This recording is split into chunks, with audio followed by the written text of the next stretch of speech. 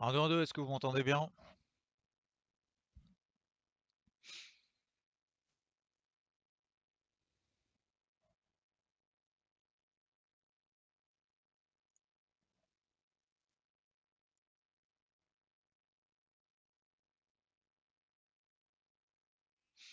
Je vais attendre une petite minute avant que vous connectiez, parce qu'il y a toujours un petit lag.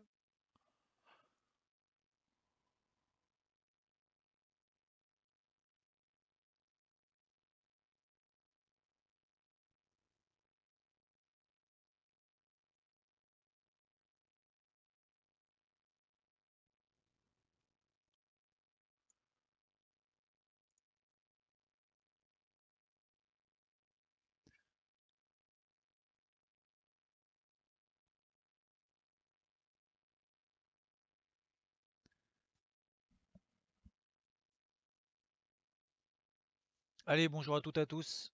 10h30, dites-moi dans le chat si vous voyez bien l'écran, si vous m'entendez bien, si tout est OK. Comme ça, on peut commencer.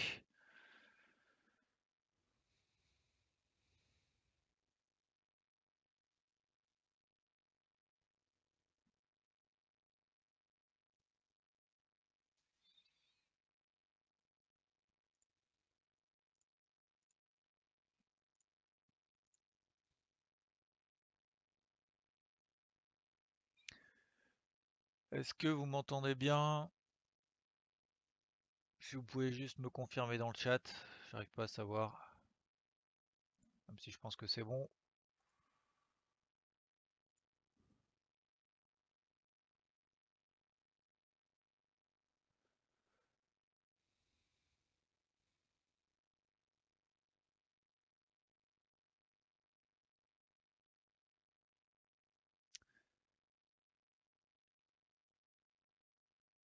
Bon, lundi 10 février, 10h30, on va faire la Traders Room. On va voir un petit peu où est-ce qu'on en est sur les marchés, quels sont les... alors, anticipation, c'est un petit peu délicat, hein, parce que vous le savez que les marchés restent quand même relativement bipolaires depuis le début de l'année, soit en phase, en crise de panique, soit en situation d'euphorie totale, sachant qu'on est revenu, notamment sur les indices, sur des niveaux importants, tout simplement les hauts de range qu'on a depuis le début de l'année. Alors ça correspond pour certains indices au plus haut historique, d'autres au plus annuel. Dites-moi juste dans le chat, j'arrive pas à voir le chat, j'ai l'impression. Est-ce que vous Est-ce que vous m'entendez bien? Vous voyez bien mon écran? Ou alors c'est moi qui ai un problème de lecture dans le chat?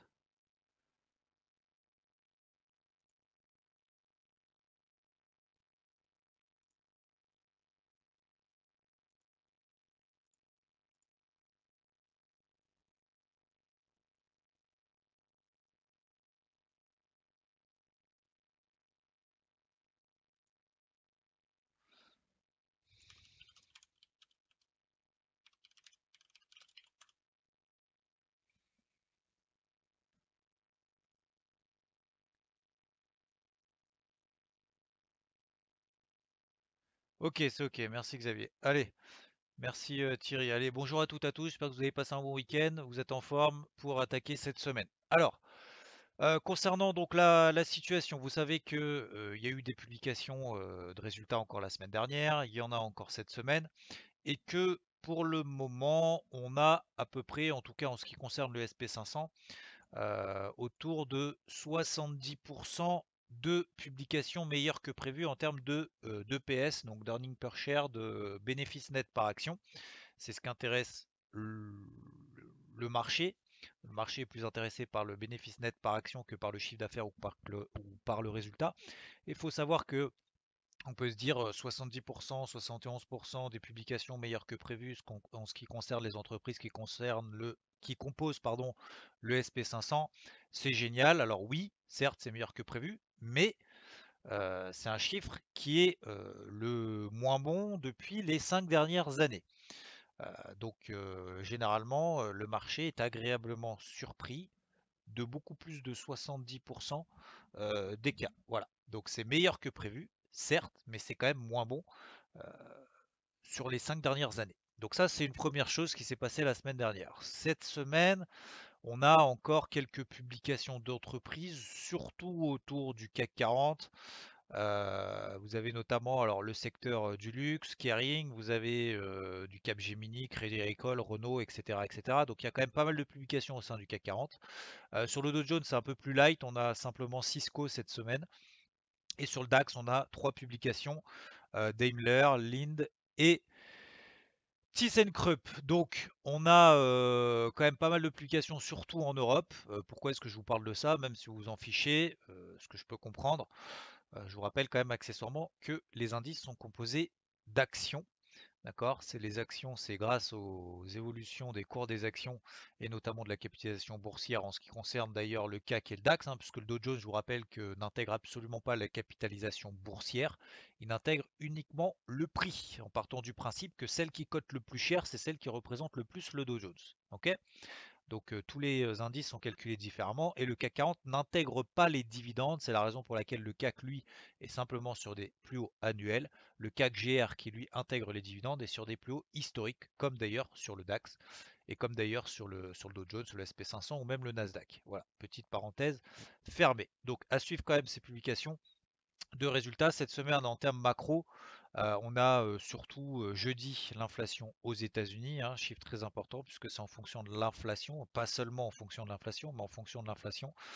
C'est un des paramètres que prend en considération la Réserve fédérale américaine pour ajuster sa politique monétaire, être beaucoup plus accommodante qu'elle ne l'est actuellement ou l'inverse. Ok, donc ça c'est jeudi. En gros, c'est à peu près le seul gros chiffre à lequel va falloir prêter attention, même si vendredi à 8 heures on a le PIB en Allemagne, un chiffre important pour le DAX, et on a les ventes au détail également aux États-Unis vendredi. Mais sinon, on n'a pas grand-chose cette semaine à se mettre sous la dent, si ce n'est de suivre un petit peu l'évolution, bien évidemment, du coronavirus, de savoir c'est grave, c'est pas grave. Est-ce qu'il s'étend? Est-ce que la progression est plus rapide que prévu ou pas? Et est-ce qu'il va y avoir des vaccins ou pas, etc., etc. Donc ça va être, c'est ce qui a animé le marché depuis ces, on va dire, ces 15 derniers jours. C'est ce qui va l'animer au cours de ces prochains jours, voire même de ces prochaines semaines, voire même de ces prochains mois. Parce que bah, pour le moment, le marché finalement n'a pas grand-chose à se mettre sous la dent. D'un point de vue géopolitique, il se passe plus grand-chose. La guerre commerciale entre les États-Unis et la Chine, a priori, ça s'apaise un peu puisque la Chine a réduit de moitié ses droits de douane auprès des produits, en tout cas qui étaient surtaxés, la Chine, donc les États-Unis, pardon, les produits importés américains. Donc c'est une bonne nouvelle, oui, oui et non. Non, parce que c'était prévu dans l'accord de phase 1. Donc pour le moment, l'accord de phase 1 entre les États-Unis et la Chine, ça suit son cours et il se passera probablement rien avant les élections américaines, sera quand même un événement très très important cette année. Donc concernant les indices, alors moi mes positions c'était relativement simple. Je cherchais des ventes autour de cette zone des 5930, 5940 jusqu'à 5730. On n'y est pas allé. J'ai tenu ma position à la vente le vendredi soir lorsqu'on était à 5800. Pourquoi? Tout simplement parce on avait clôturé sur les indices au plus bas de la semaine, mais même d'ailleurs au plus bas de l'année. Et derrière, on a eu l'injection de liquidité, l'injection massive de la Banque de Chine, de la Banque centrale chinoise, pour enrayer l'open à -7, -8 sur les indices chinois, qui étaient fermés depuis une semaine pour cause de, alors que ce soit coronavirus et que ce soit également le nouvel an chinois. Voilà. Donc depuis sortie de cette position, le marché a tout arraché et qu'est-ce qui s'est passé? Où est-ce qu'on en est? Maintenant sur le CAC, on est revenu sur les records annuels, le haut du range finalement dans lequel il évoluait depuis plusieurs semaines et depuis d'ailleurs mi-décembre, on est revenu sur la borne haute. Donc la question maintenant, est-ce qu'on vend, est-ce qu'on achète? C'est un peu ça qui nous intéresse. D'un côté, on a toujours une tendance haussière qui est préservée et on a réintégré d'ailleurs le canal ascendant dans lequel on était, sous lequel d'ailleurs on était sorti violemment avec un gros gap, une impulsion baissière. Et derrière, justement, j'ai saisi l'opportunité de ce pullback pour passer, pour reprendre une position à la vente. Derrière, il a tout retracé.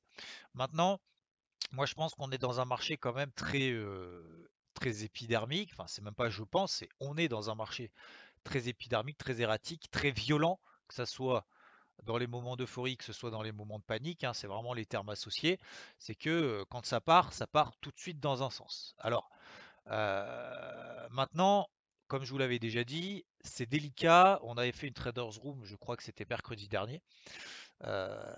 C'est délicat parce que on n'a pas de visibilité à plus de 2 jours. Alors on me dit souvent, on me propose de dire ah bah si on a de la visibilité, la tendance est haussière. Ok, d'accord. Sauf que si tu as acheté en haut de ce range, ici, l'extraction par le haut, l'open en extrême, tu te retrouves avec un achat à 6100 et à 5800, tu as déjà été stoppé depuis pas mal de temps. D'accord? Et à l'inverse, si tu attends que les configurations se dégradent vraiment de manière très très forte, notamment vendredi de la semaine passée pour prendre une position à la vente. Derrière, on se fait arracher également dans l'autre sens. C'est le principe même d'un range. Donc, avoir des visibilités plus de jours, c'est très délicat parce que si vous regardez toutes les bougies, et ça, je vous avais demandé d'ailleurs de faire cet exercice-là mercredi dernier, c'est pas un exercice, c'est une prise de recul. À chaque fois, vous prenez toutes les bougies vertes qu'on a eues depuis le 15 décembre. Vous prenez toutes les bougies vertes, regardez ce qui s'est passé après. À chaque fois, 2 jours plus tard, on a eu un gap baissier, une grosse impulsion baissière. Et vous faites l'inverse maintenant. Vous prenez toutes les grosses bougies rouges, les gaps baissiers, etc. Qu'est-ce qui s'est passé 2 jours après? On a tout effacé.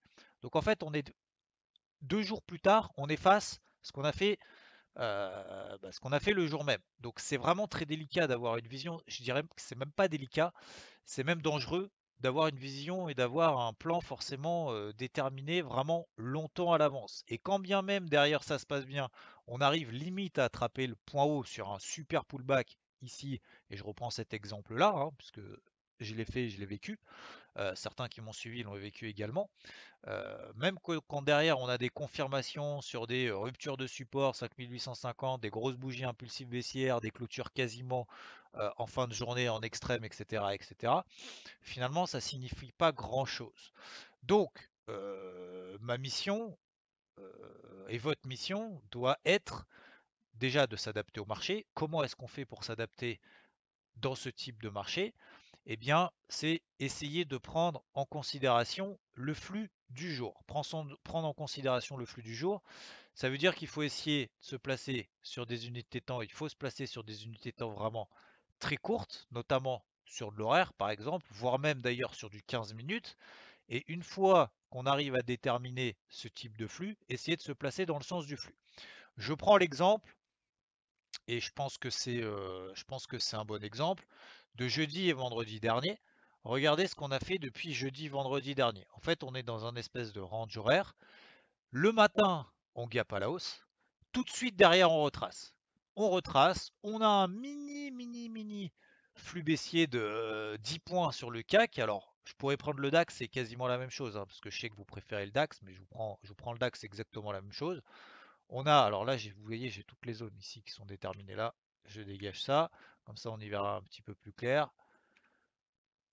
Tout de suite, on a un gap haussier, et après, il ne se passe plus rien toute la journée. Le vendredi, on a un petit gap baissier, un tout petit flux baissier qui donne, allez, même pas 50 points. Et derrière, ça broute, ça broute, ça broute. Ce matin, on fait exactement la même chose, c'est-à-dire qu'on a un gap baissier en open quasiment, enfin pas en extrême, mais quasiment. Derrière, finalement, on retrace tout et finalement, on n'a ni flux haussier ni flux baissier. Donc, dans le contexte de marché actuel, il va falloir essayer de trouver, de déterminer ces flux-là, ces grosses impulsions haussières qu'on a quand ça part dans un sens ou dans l'autre. Alors, le problème de ça, c'est que on ne peut pas savoir à l'avance si on va acheter ou si on va vendre. On va essayer tout simplement, tel un mouton, entre guillemets, d'essayer de se placer dans le sens du flux. Ok? Ça, c'est la première chose.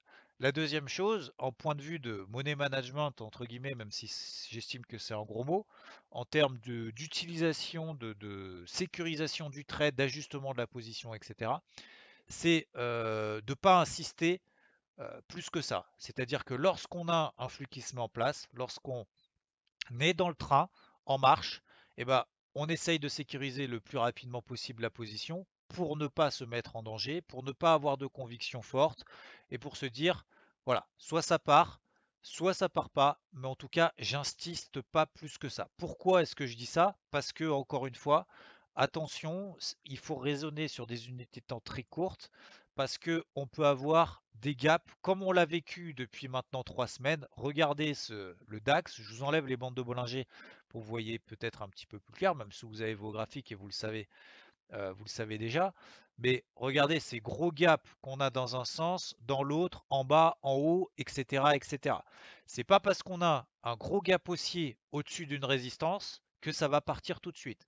On l'a vécu sur le CAC c'était le 17 janvier, donc il y a maintenant 3-4 semaines, d'accord? On sort par le haut du range, open égale plus bas. Finalement, c'est le point haut. Derrière, on a perdu 300 points. Donc, laissez à celles et ceux qui font la météo de la veille, si vous êtes sur les réseaux sociaux ou pas, en disant oui, là, fallait acheter, là, fallait vendre, etc. À l'instant T, c'est une autre paire de manches, d'accord? Nous, on n'est pas là pour analyser la veille, etc. On est là pour savoir à un instant T quelle décision est-ce qu'on va prendre sur le marché. Donc, c'est pour ça que je vous dis, c'est très délicat. C'est même, je ne vais pas dire impossible, mais en tout cas, il faut avoir soit cet esprit contrarien de se dire j'ai un gros signal baissier, j'achète, d'accord? Ou à l'inverse, j'ai un gros signal d'achat, un gros gap après un flux, etc. Je vends. Donc ça fonctionne là depuis 3 semaines, mais sur une année, 2 ans, 3 ans, 10 ans, ça ne fonctionne pas parce qu'à chaque fois vous allez vous faire arracher lorsque on est contraire bien évidemment à un flux, contraire à un vrai signal de marché. Donc là, en l'occurrence, pour le moment, que ce soit d'ailleurs sur le CAC, le DAX, etc., et on va le voir juste après sur les indices américains, moi ce que je constate, là on est là pour essayer de prendre un petit peu de recul, d'analyser la situation. Est-ce que j'achète, est-ce que je vends? On est au contact d'une zone de résistance très importante qui tient. C'est un mur, c'est un plafond pour le moment, dont les catalyseurs actuellement sur le marché, que ce soit d'un point de vue macro ou d'un point de vue micro, pour le moment, ne permettent pas d'anticiper le fait qu'on va tout arracher.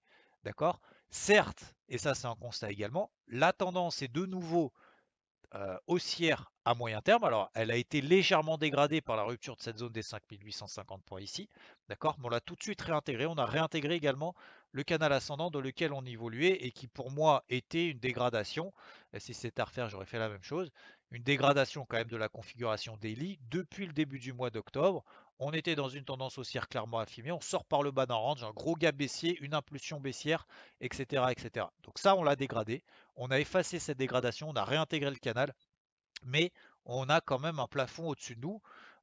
C'est cette zone des 6060. Donc pour moi, tant que, et ça c'est ma vision des choses, c'est la façon dont je raisonne là avec vous maintenant, même s'il est délicat pour le moment de faire des plans sur la comète sur toute la semaine, de savoir où est-ce qu'on va vendre, où est-ce qu'on va acheter, moi ce que j'analyse, ce que je vois, c'est que la zone des 6060, pour moi, c'est pas une zone d'achat en termes de timing d'intervention. Ok, on a fait un gap haussier, mais là, vous voyez cette bougie d'incertitude daily, deuxième bougie d'incertitude daily. Là, c'est bon, il est 10h47, la bougie daily est très loin d'être clôturée, mais pour le moment, on sent très bien que le marché n'a pas forcément envie d'aller beaucoup plus haut sans autre catalyseur que celui de dire le coronavirus, c'est bien, mais ça ne va pas non plus anéantir toute la planète, pour faire très simple. Certes, la Chine va revoir considérablement à la baisse ses prévisions de croissance trimestrielle, etc., etc. Mais la Chine a déjà compensé, que ce soit par l'intermédiaire d'injections de liquidités le week-end, pas le week-end, pas hier, mais le week-end d'avant, pour contenir cette panique qu'on a eue à l'open des marchés chinois. Donc, et d'autre part, cette révision à la baisse de croissance de la Chine, ce qui est logique, hein, puisque là, je ne vais pas dire que la Chine est fermée, mais en gros, il y a quand même une grosse fermeture des frontières, pour faire simple, que ce soit en termes commercial, que ce soit en termes de tourisme, etc., etc., qui va forcément impacter les commerçants. Et donc la Chine a déjà annoncé compenser cette perte par des nouvelles injections encore que ce soit de liquidité ou d'une autre manière. Voilà. Donc même si on n'a pas encore les tenants aboutissants, en gros, les banques centrales font tout, tout, tout, tout pour éviter toute panique sur le marché, toute mauvaise nouvelle et tenir les marchés le plus haut possible, le plus longtemps possible. Après, on n'est pas là pour juger, c'est bien, c'est pas bien, ça va à un moment donné, les injections de liquidité, ça va à un moment, mais il va falloir revenir à la réalité, etc. Je suis pas là pour juger. Simplement dire que toutes les, euh, toutes les mauvaises nouvelles sont pour le moment complètement absorbées et ça se voit d'ailleurs d'un point de vue graphique et d'un point de vue technique. Donc, cette zone de résistance, pour moi, en termes de timing, ça me semble pas intéressant. D'accord? On est revenu sur le haut du range dans lequel on évoluait. Ici, on va estimer, j'estime que c'est un excès baissier, excès haussier. Il y a eu des espèces de mouvements de panique. Si on enlève cet excès, on va dire baissier qu'on a eu à très court terme, finalement, on revient pile poil au milieu du range dans lequel on évoluait depuis mi-décembre. Donc ça fait quasiment maintenant 2 mois qu'on est exactement dans le même range sur le CAC. D'accord? Donc là, on est en plein milieu, pile poil. Donc, moi, ma stratégie, j'ai une première zone bleue que vous avez ici, c'est la zone des 6000 points. Ok? Pour moi, si on devait passer là-dessous en clôture daily, à nouveau, on reviendrait un petit peu dans le schéma ici de dégradation de la configuration daily par la rupture de la bande basse de ce canal ascendant, par la rupture de cette espèce de bande basse de range, etc., etc., pour pourquoi pas aller chercher des objectifs baissiers un petit peu plus ambitieux. Et ça, c'est si et seulement si on a un flux qui commence à se mettre en place, lié à une news ou pas, peu importe, ou peut-être du fait que le marché, une fois que les publications d'entreprise sont passées, n'a pas forcément grand-chose à se mettre sous la dent. Ok? Donc ça, c'est la première zone clé que je vais surveiller en daily, en clôture daily. Donc à la fin de la journée, hein, une fois que le marché a clôturé, si on devait passer sous les 6000 points et qu'on a une dégradation de la configuration, pourquoi pas accompagner le mouvement jusqu'à la prochaine zone, notamment cette zone des 5950 points. Ok? Ça, c'est une première chose. Si jamais, deuxième option, je n'exclus aucune option. J'ai pas juste un plan d'essayer de vendre le marché, je suis pas un permabère, je suis pas un permabull, j'essaye simplement d'essayer d'exploiter ce que me donne le marché visuellement, concrètement et techniquement. Donc ça c'est le premier scénario. Pour moi, la zone d'achat un peu plus, enfin beaucoup plus intéressante d'ailleurs que la zone actuelle, c'est le bas de ce range. D'accord? Je vous remets le range ici. Je vais vous le mettre plutôt en bleu, ça sera peut-être un petit peu plus lisible. Hop, et visibilité. Tac. Ouais, je vais mettre un peu plus clair. Voilà, comme ça on le voit un peu mieux. C'est le bas finalement de ce range, 5945. Pour moi, cette zone est plus intéressante d'acheter qu'au milieu d'un range après une telle hausse, etc. Même si certes la tendance est haussière, blablabla. Ok? Donc 5950, si ça vous intéresse, si vous êtes d'accord avec ça, à noter bien évidemment sur son carnet de bord de la semaine. Ça peut être intéressant d'acheter. Ça correspond à cette moyenne mobile ici 50. La moyenne mobile est également ici, hop, je vous l'ai mis ici, la MM9 qui peut être intéressante. D'ailleurs, moi je préfère plutôt la MM7, on va la mettre ici. Voilà. La MM7, la MM50, ça peut être une zone d'achat beaucoup plus intéressante que d'acheter en plein milieu d'un range. Ça, c'est le premier plan pour le moment. Deuxième plan, si jamais on a une englobante haussière, si jamais on a un flux haussier qui se met en place et qu'on arrive de manière assez violente au contact de cette zone de résistance, a priori, on aura quand même une probabilité que ce soit parce que le fait qu'on est dans une tendance haussière, etc., etc., mais également le fait qu'on soit dans un range et qu'il y ait plus de probabilité qu'on en sorte dans le sens de la tendance précédente que l'inverse. Si on a un flux haussier, a priori, il y aurait quand même pas mal de stops, de stratégies de couverture, etc., qui se sont mises en place, pourquoi pas, depuis qu'on a eu cette espèce d'épiphénomène finalement de panique temporaire qu'on a eu à la fin du mois de janvier, des stops très probablement là-haut, des changements de fusil d'épaule, etc., etc., avec peut-être des objectifs beaucoup plus ambitieux à la hausse à ce moment-là. Ok? Donc, pour moi, pour le moment, une zone d'achat plus intéressante, pour récapituler, 5945, plutôt recherche d'achat. Ok.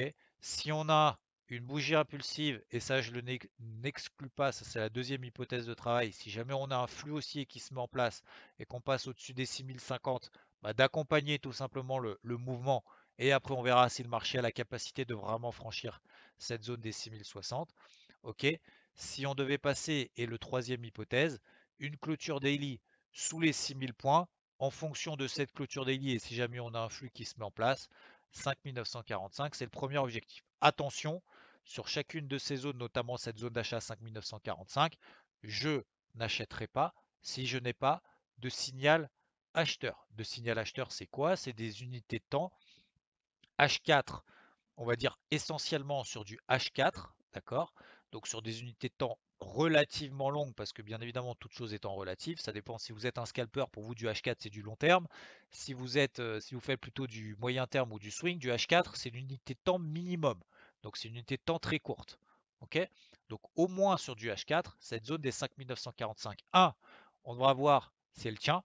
2, si on a un signal derrière, parce que si on a un signal derrière, ça nous permet de nous mettre un stop évident. Voilà pour le moment. Sur des unités de temps vraiment très très courtes, comme je vous le suggérais, comme je vous le disais, en tout cas moi, comment je vais raisonner, comment je vais faire pour essayer de dompter entre guillemets ce marché qui est quand même très erratique, très violent et bipolaire, euh, c'est d'essayer sur des unités de temps, notamment sur du H1, voire même sur du 15 minutes, d'essayer de déterminer si on a un flux qui se met à un moment donné en place. Donc pour faire ça, vous pouvez vous placer, vous aider pourquoi pas d'oblique un petit peu à droite à gauche. Vous notez notamment des zones pourquoi pas de résistance au-dessus desquelles, si on a des impulsions, essayez de prendre le train en marche. Mais en tout cas, pour moi, la priorité, déjà, un, c'est de ne pas se mettre en face de flux. Donc comme c'était le cas ici, notamment en daily, je ne me mets pas en face d'un flux. Ici, à l'achat, je ne me mets pas en face d'un flux. Et j'essaye d'exploiter les mouvements que me donne le marché, notamment en swing, ce qui est très délicat. Ok? Donc voilà pour les plans, notamment en daily. Vous avez les zones, les trois hypothèses de travail. Et en intraday, pour le moment, bah, il ne se passe rien depuis ce matin. Donc pour le moment, je reste complètement à l'écart. Il n'y a rien à faire. Ça sert à rien d'essayer d'inventer ou alors le mieux c'est de lancer une pièce et de se dire pile, on va de 6006, on va aller à 6026, face, on passe de 6006, on va aller à 5986. Pour le moment, je n'en sais absolument rien et personne n'en sait rien. Et d'ailleurs, le marché n'en sait rien. Ok? On va faire un point de vue également sur les autres indices uniquement en daily pour renforcer un petit peu ce que je viens de vous dire, notamment sur le DAX. Le DAX, on a fait un pullback sur la borne basse de ce canal ascendant dans lequel on est sorti de manière violente comme sur le CAC. Ok. On est revenu également quasiment sur la borne haute, on est sur les plus hauts historiques, hein. On est revenu quasiment sur la borne haute de ce canal ascendant, etc. On est en train de retracer. Donc vous voyez que, encore une fois, vous voyez deux bougies vertes, un gap, deux bougies vertes. Derrière, il ne se passe plus rien. D'accord? À l'inverse, sur le DAX, on a deux bougies rouges, une impulsion baissière, derrière plus rien, on réavale. Donc, il faut vraiment partir du principe, encore une fois, ne pas avoir d'état d'âme, de se dire j'essaye d'exploiter les 10, 20, 50, ça dépend l'indice sur lequel vous êtes, d'essayer d'exploiter ces 20, 30, 40 points, 50 points d'écart max que me donne le marché sur une ou deux journées. Voilà, ça va être vraiment la priorité d'essayer d'être là, d'être au bon moment lorsque le marché décidera d'un flux dans un sens ou dans un autre. Si je regarde les indices américains, on peut se dire, ok, les indices américains sont repartis comme en 40, oui, mais ok, la tendance est haussière, ok, nanana, etc., etc. Sauf que vous voyez très bien, sur des unités de temps daily, je suis toujours en daily ici sur le Dow Jones. Qu'est-ce qu'on a ici? On a une zone de résistance qui a été constituée le 17 janvier par l'inscription d'un nouveau record historique sur le dos. On revient dessus, un gap, deux gaps, on fait un doji et finalement on échoue sur cette zone de résistance. Donc le fait de dire on fait des plus hauts de plus en plus haut, ok. Par contre, si vous êtes à l'achat à 29 400 et que maintenant vous retrouvez sur le dos, on est quasiment là à 29 000, 29 050. Là, on est à 29 100 parce que je vous montre ici le Dow Jones Cash Daily, donc qui n'a pas ouvert puisqu'il ouvre à 15h30. Vous retrouvez à 29 050 points, vous êtes déjà en perte de 400 points. D'accord? Donc ça fonctionne uniquement pour ceux qui font la météo de la veille, ou ceux qui ne traitent pas de marché, ou ceux qui cherchent à avoir raison sur les réseaux sociaux. Ok? Parce que dire, ok, on fait des nouveaux plus hauts de plus en plus haut, d'accord, mais à chaque fois qu'on a fait des nouveaux plus hauts, notamment ici, derrière, on s'est pris quand même une tatate de 1000 points. Ok? Derrière, on a rebondi. Ok, tu retrouves ton prix d'entrée, super. On fait des nouveaux plus hauts et derrière, on repère 400 points. D'accord? Donc, il faut vraiment faire attention au bruit, à cette espèce de- je ne sais pas si vous y êtes ou pas, ou si vous avez cette même, comment dire, cette même analyse entre guillemets des réseaux sociaux à droite et à gauche et ce même prise de conscience, cette même prise de conscience, mais il faut vraiment, vraiment faire attention à ça. Il ne faut pas être frustré parce qu'on a loupé le point bas que derrière c'est reparti. Il ne faut pas être frustré parce qu'on a pris le point haut, etc. On est dans un contexte de marché évident pour personne, pour ceux qui tradent réellement sur le marché, je parle, hein. Ok. Donc là, concrètement, qu'est-ce qu'on a sur le dos? On a un échec sur résistance. On a ici, vous voyez très bien, on a comment s'appelle ce type de figure. Si vous faites un petit peu d'analyse technique, une étoile du soir. Une étoile du soir, c'est une figure qui représente, d'un point de vue psychologique, une psychologie de marché qui est quoi? La tendance précédente est haussière, on a une grosse bougie impulsive, finalement, on ne sait pas trop ce qu'on veut faire, et le lendemain, ah ben mince, en fait, on va réeffacer toute l'euphorie qu'on a faite. On passe en mode, alors je vais pas dire euphorie, panique, ce sont des termes un peu extrêmes, hein, mais c'est simplement pour imaginer ce que représente ce type de figure d'un point de vue psychologie de marché. C'est tout va bien, Madame la Marquise, on ne sait plus, tout va mal. Donc ça, normalement, dans la majorité des cas, c'est quand même une figure de retournement de marché qui s'excite, qui sait plus, et qui finalement qui sort du marché et qui inverse la position, en tout cas son sentiment, sa psychologie très positive que le marché avait 2 jours précédemment. Donc attention à ce type de figure, ça généralement, je le répète une troisième fois, généralement c'est quand même une figure de retournement de marché, en tout cas de retournement de psychologie de marché. Voilà. Après, le passé nous a montré que cette psychologie de marché peut être retournée à la hausse ou à la baisse à la moindre news. D'accord? Donc oui, moi j'y prête une attention parce que c'est ce qui fonctionne depuis maintenant des années, mais voilà, c'est pas une figure qui a 100% de réussite. Aucune figure, aucun indicateur, aucun trader, aucune personne qui investit sur le marché n'a 100% de réussite. Le seul moyen d'avoir 100% de réussite, c'est de faire la météo de la veille et de ne pas trader sur le marché. Ok? Donc 29 000, 28 900 pardon, sur le dos, pour moi, c'est une zone très très importante. Sous 28 900, on redégrade et on remet en cause toute la dynamique haussière qu'on a mis en place depuis 3-4 jours. Ok?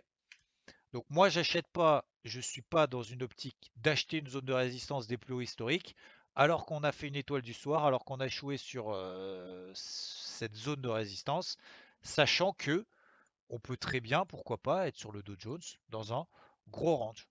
Ok? Voilà.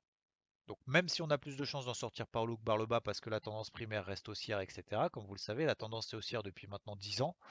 Euh, En termes de timing d'intervention, c'est pas très intéressant. Donc, dans le contexte actuel, on va voir en fonction de l'ouverture du Dow Jones et enfin, des marchés américains dans son ensemble. Si jamais on a un gap baissier et qu'on a ce qu'on appelle un open égal plus haut, on peut se dire, ok, on a quand même une convergence, échec sur résistance, étoile du soir, bougie impulsive, open en extrême. On peut se dire, ok, on va voir dans les 10-15 premières minutes de cotation sur les marchés américains, s'il y a un flux baissier qui se met en place, c'est dans la logique de cette figure, de cet échec de haut de range, etc., etc. Ensuite, deuxième étape, on voit la clôture sur les 28 900. Si on clôture en dessous, on peut essayer de chercher pourquoi pas des objectifs un peu plus ambitieux qui correspondent notamment à la même 50 et je vais vous le montrer ici, qui correspond également à la bande de Bollinger inférieure qui est plate. Ok? Voilà pour moi. Je n'achète pas pour le moment les indices américains, en tout cas pas dans cette zone et pas au vu de cette config, peut-être à tort, mais au moins j'ai un plan et je l'appliquerai, je saurai pourquoi est-ce que je l'applique. Euh, Uniquement, je chèterai uniquement si on a véritablement derrière un flux haussier digne de ce nom avec des signaux haussiers qui me permettent de justifier des achats et de me permettre de déterminer des objectifs. Parce que on se dit souvent c'est haussier, faut acheter, faut acheter. Ok, mais la question c'est quoi l'objectif? C'est 30 000, 40 000, 1 million, je ne sais pas, c'est combien sur le Dow Jones. Si j'achète ici cette zone de résistance parce qu'on se dit on fait des nouveaux, telle la loi d'eau, on fait des plus hauts de plus en plus hauts, d'accord, mais c'est quoi ton risque? Ton risque, c'est quoi? C'est 2000 points, 3000 points, 5000 points, et du coup, t'en vises combien? 30 000? Donc tout dépend, tout est une question d'unité de temps, de timing et de ce qu'on appelle de ratio potentiel par rapport au risque que l'on prend sur le marché. Voilà. Donc moi, je vous donne ma stratégie, ma vision des choses, vous en faites ce que vous voulez. Si cet après-midi, au vu de cette configuration à l'Open des US, j'ai un Open égal plus haut sur le dos et que j'ai un flux baissier qui se matérialise dans les 10-15, on va dire la première heure de cotation qui suit les indices américains, ça me semble intéressant de prendre un petit short et d'accompagner un flux baissier qui se mettrait en place dans la logique de la configuration daily. Sur le SP500, exactement la même chose. Étoile du soir sur des records historiques. Par contre, tant qu'on ne pète pas cette zone des 3210 points, hein, je vous en avais déjà parlé. 3210, c'était pour moi une grosse zone sur le SP500. On s'est arrêté à 3200, 3214, donc à 4 points. D'accord. Derrière, on est reparti comme en 40. Mais on est en haut de range, proche des bandes de Bollinger supérieures, proche de résistance, etc. Plus étoile du soir. Donc ça me semble pour le moment plutôt intéressant d'essayer d'exploiter un flux baissier s'il devait se mettre en place à l'open cet après-midi et de voir un petit peu au jour le jour comment se comporte le marché. Peut-être d'ailleurs éventuellement, je vous en ferai après le suivi, que ce soit sur IVT ou que ce soit sur ARIA, si jamais il y a ce type de flux qui se met en place et si je vois des choses à très court terme. Mais il va falloir s'adapter et c'est très délicat d'avoir une visibilité sur 2 jours. L'or, il se passe rien, on est dans un gros range. Pour moi, l'or est à acheter sur des unités de temps, que ce soit courte ou que ce soit moyen terme. Attention quand même, il peut y avoir des retournements de situation très violents, mais l'or, pour le moment, dans la mesure où on a des taux très bas, ça favorise la dynamique haussière de l'or. Le fait qu'on ait quelques petits pics de tension, ça favorise également les achats de l'or. Tant qu'on passe pas sous les 1550 $, il n'y a absolument aucun retournement de situation pour le moment. On est dans une petite dynamique haussière ici en horaire, même si c'est très délicat parce que c'est exactement ce qui se passe d'ailleurs sur les indices. Regardez sur l'or. Petite dynamique haussière, bim, 2 grosses bougies rouges qui enclenchent des plus bas que les précédents. Donc ça, c'est très difficile psychologiquement et même techniquement parce que lorsque même vous avez ici des impulsions haussières, des grosses mèches, etc., vous avez les précédents ranges, le haut du précédent range, etc., qui est franchi après avoir testé la borde basse, on en sort par le haut, derrière on la réintègre de manière très violente. Donc c'est très très difficile. On est vraiment dans des marchés bipolaires du nord à l'autre. Ce qui est plus simple, peut-être, c'est sur l'eurodoll. Si vous êtes sur IBT, vous m'avez suivi. Je vous fais un bref récap. Sur l'eurodoll, j'étais à l'achat ici à 1,1016, ok, jusque là-haut à peu près 1,1060, ok. Ensuite, j'ai pris une position à la vente 1,1077, d'accord, ici, jusqu'à 1,1020. J'ai revendu 1,1000 la semaine dernière pour racheter 1,0955. On est à 1,0952. D'accord? Donc vous avez vu que j'ai accompagné ce mouvement baissier depuis qu'on a eu cette impulsion haussière. J'ai vu qu'on tenait cette zone des indices. Je ne cherche pas à comprendre. On tient une grosse zone support. On met un flux haussier. Je me place, je me précipite, entre guillemets. Alors, c'est pas de la précipitation, mais c'est tout simplement de l'observation de, l'analyse de fait qu'on est à un gros niveau sur lequel on tient, sur lequel on met une grosse impulsion. On met une grosse impulsion, je prends le train en marche. Ensuite, on arrive sur une zone de résistance. Est-ce qu'il y a un flux qui se met en place? Oui, non, oui. Oui, il y a un flux baissier qui se met en place. Je prends le train en marche. Je vois qu'il y a un flux baissier qui se met en place. Très bien, je tiens ma position jusqu'à mon objectif qui me permet d'avoir un ratio risque potentiel sur risque qui est entre 2 et 3. Je sais qu'on est dans un marché bipolaire. Je ne cherche pas des objectifs à 200, 300 points. Je cherche des objectifs déjà 50, 70 points, c'est déjà pas mal. Ensuite, je vois qu'on a un flux baissier qui continue à se mettre en place. Qu'est-ce que j'observe sur des unités de temps très courtes? Ce que je vous ai montré tout à l'heure, par exemple, sur le Gold, je vois qu'on est dans une dynamique baissière. On a un range sur des unités de temps M30 qui se met en place.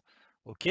On est à nouveau sur la zone qui m'avait derrière, enfin précédemment, qui m'avait permis d'acheter et d'accompagner un flux haussier, mais sauf que cette fois, je vois qu'on échoue à franchir des résistances. Donc je vois que les plus bas sont de plus en plus bas, d'accord, que les plus hauts sont de plus en plus bas. J'ai une grosse mèche, je reprends une position à la vente à 1,10, tout rond, 1,10,0000, le stop 15 pips. J'en vise derrière entre 40 et 50, d'accord. Je prends le sens de la tendance en cours, j'ai un range, après on en sort par le bas, ok, je tiens ma position, et on fait les 1,0955, objectif atteint, terminé, fin de l'histoire. Ok. Donc voilà le concept. Sur l'eurodoll, toujours en tendance baissière. Donc pour moi, dans la mesure où on a rompu cette zone, comme sur le CAC la semaine d'avant, pardon, si on revient sur les 1,0990, pour moi, c'est plutôt une zone de vente sur l'eurodoll qui reste dans une dynamique baissière très très forte sur toutes les unités de temps. Donc, mon objectif, c'est absolument pas de chercher le point bas, d'autant plus que je vous rappelle que le rollover est positif si vous êtes à la vente sur l'eurodoll. Donc ça, c'est peut-être aussi un argument supplémentaire de vous dire si jamais l'eurodoll ne fait rien, je gagne quand même de l'argent. Ok. Donc ça, c'est dû au différentiel de taux d'intérêt qu'on a entre la BCE et entre les taux de la zone euro et les taux des États-Unis. Donc ça, c'est en votre faveur, c'est en notre faveur si on est à la vente sur l'eurodoll. Donc toujours pour moi, chercher des ventes sur l'eurodoll, c'est beaucoup plus simple d'une part du fait de ce rollover, d'autre part qu'on est dans une tendance baissière très forte, et troisièmement, en plus de ça, on a rompu cette zone des 1,0990, qui était quand même une grosse zone support. Là, on est au milieu de nulle part. Oui, il peut nous coller une grosse verte comme il l'a fait précédemment, mais vaut mieux essayer de se dire, ok, je détermine des zones de vente. Mon plan, c'est de chercher des ventes. Je cherche des ventes. Ma zone très importante de résistance, c'est 1,0990. On arrive sur 1,0990. J'attends qu'il y ait un signal dans cette zone et je prends le train en marche. Jusqu'où? J'en sais rien, mais je dirais au moins, pourquoi pas, jusqu'à la bande basse de ce grand canal descendant qu'on a ici, qui passe, pourquoi pas, 1,08, 1,0760, etc., etc. Voilà. Donc pour le moment, l'eurodoll est sous pression, sauf s'il y a un changement de fusil d'épaule des banques centrales. Je vois pas ce qui nous permettrait de justifier des achats. Sur le pétrole, j'ai cherché des achats toute la semaine dernière, je l'ai travaillé à l'achat. Pourquoi je l'ai travaillé à l'achat? Tout simplement parce que si je me mets ici en hebdo, je vais faire très simple. Bande basse d'orange énorme qu'on a sur le pétrole, sur le WTI ici, on est en train de travailler la bonne basse. Donc pour moi, c'est une zone d'achat, c'est pas une zone de vente. Sauf que on a eu la semaine dernière un gros flux acheteur en daily, une grosse bougie acheteuse. À ce moment-là, je me suis dit, ok, on est dans le flux. Comme je vous ai dit tout à l'heure sur les indices, j'ai un flux qui se met en place sur une grosse zone hebdomadaire, annuelle, etc. J'essaye de rentrer dans le sens de ce flux. Sauf que derrière, finalement, le pétrole en a décidé autrement. Il est toujours sous pression, ce qui m'incite d'ailleurs à être quand même relativement prudent sur les indices, voire même baissier à très court terme si jamais sur les indices américains, comme je vous l'ai dit tout à l'heure, si jamais on a un open égal plus haut et qu'on a un flux baissier qui se met en place à partir de 15h30, euh, parce que le pétrole est un peu représentatif du sentiment des investisseurs, notamment que ce soit la demande de pétrole, etc., et de la croissance économique, notamment en Chine. Donc, dans la mesure où il y a toujours une pression sur le pétrole, il y a une pression sur la demande qui n'est pas là. Il y a une offre un peu plus abondante, donc vous connaissez la loi de l'offre et la demande. Donc pour le moment, le pétrole reste un petit peu sous pression. Vous voyez que je me suis mis déjà une alerte ici sur les 50, 50 et demi à peu près sur le WTI. Pourquoi? Parce que on n'est pas à l'abri. Pourquoi pas qu'on retravaille cette zone-là et qu'on remette un flux derrière. Pour le moment, il n'y a pas de flux. Premièrement, le flux ici est invalidé. Deuxièmement, la zone ne me donne pas raison pour le moment. Donc, j'ai insisté en tout cas, j'ai travaillé mon prix sur le pétrole. Pour le moment, je ne suis plus à l'achat, je vous le dis, je ne suis plus à l'achat sur le pétrole parce que le flux de la semaine dernière n'a pas été confirmé et parce que la zone pour le moment ne me donne pas de signal prometteur plus que ça. Mais je ne vais pas chercher à vendre le pétrole dans la zone de cours actuelle. Je ne vais pas non plus acheter là sans stop en disant oui, forcément les cours du pétrole vont remonter. Vous savez qu'il y a des roulements d'échéance, des roulements de contrat, des rollovers, etc., des frais qui sont quand même assez conséquents sur le pétrole lorsque vous êtes positionné sur le pétrole. Et en plus de ça, d'un point de vue technique, pour le moment, le pétrole ne me donne pas raison. Donc, je préfère rester à l'écart, regarder la moyenne mobile à 50 périodes, notamment H4 sur le pétrole. Tant qu'on n'a pas de nouveau flux qui se met en place à l'achat sur le pétrole, je lâche l'affaire pour le moment. D'accord? Un, j'insiste pas. Deux, mon plan n'est pas totalement invalidé, même si celui de la semaine dernière est complètement invalidé. Mais mon plan, notamment sur des unités de temps très longues, n'est pas pour le moment invalidé. Je sais et je savais très bien qu'il fallait très certainement que je m'y reprenne à plusieurs reprises. Donc voilà, on est dans ce type de configuration. J'insiste pas. Le Rodol, ça s'est bien passé. Le CAC, j'étais à la vente. Je suis sorti à plus 150 points sur les deux positions que j'avais entre 5830 et 5890. On est revenu sur la borne haute d'un gros range. Moi, ça me donne pas envie d'acheter. En tout cas, techniquement, je vois pas de raison, hormis venir faire le fanfaron a posteriori en disant oui, la tendance est haussière, fallait acheter en bas. Ok, très bien, ça tout le monde est capable de le faire. Là, moi, ça me donne pas envie d'acheter ce type de configuration technique sous résistance, en haut de range, en étoile du soir, notamment sur les indices américains. Donc, je préfère me dire et préparer ma cartouche en me disant sur les indices américains, notamment sur le dos, attention, cette étoile du soir sur les indices américains peut, pourquoi pas, entraîner un retour au moins sur le bas du range. Ok? Voilà, messieurs, dames. On a fait 45 minutes. Est-ce que vous avez deux, trois questions? Dites-moi, c'est le moment. Je suis là avec vous jusqu'à 11h20. Il est 11h16. Si vous avez des questions, je réponds à vos questions.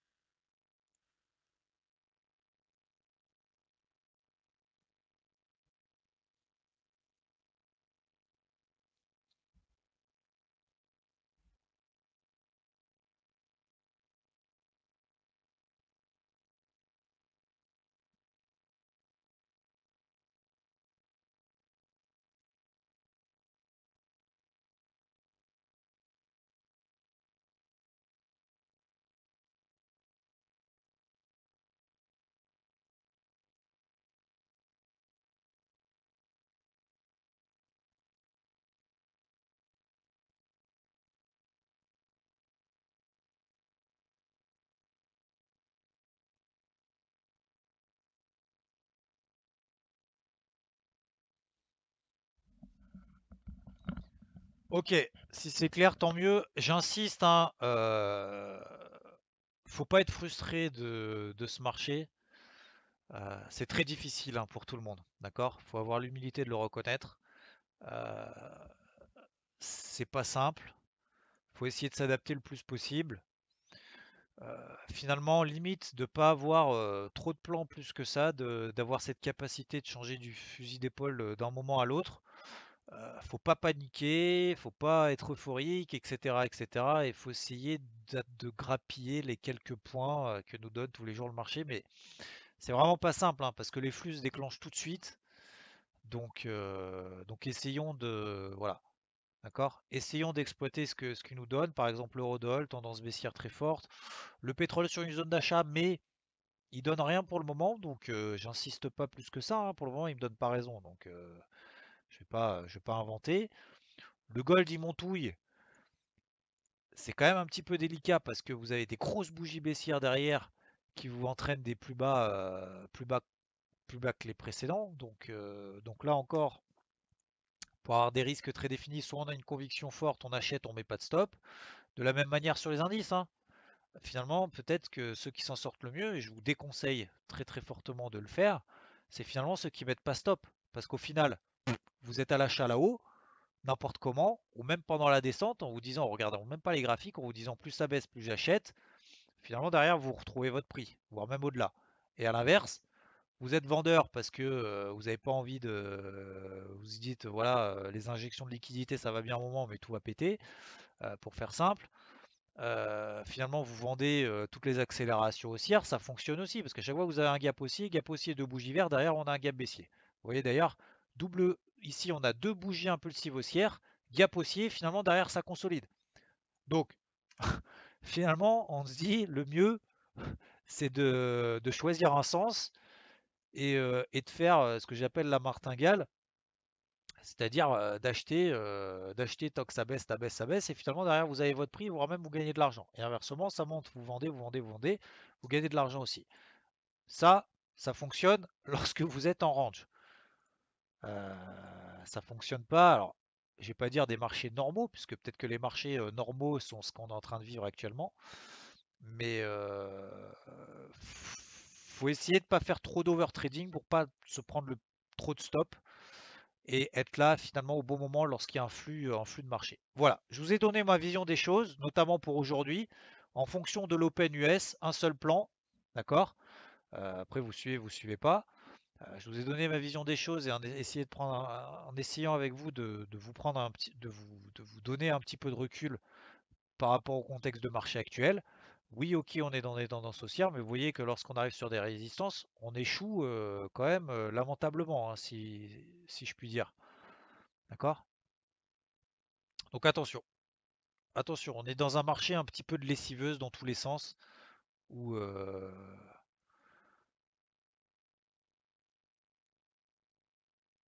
faut essayer de limiter le nombre de trades, essayer de prendre le train en marche sans avoir des objectifs trop ambitieux. Voilà mes recommandations, messieurs, dames. Je vous souhaite de bons trades, une très belle journée, une très belle semaine à toutes et à tous. Merci d'avoir été là, merci de votre attention et je vous dis à plus tard. Ciao, ciao.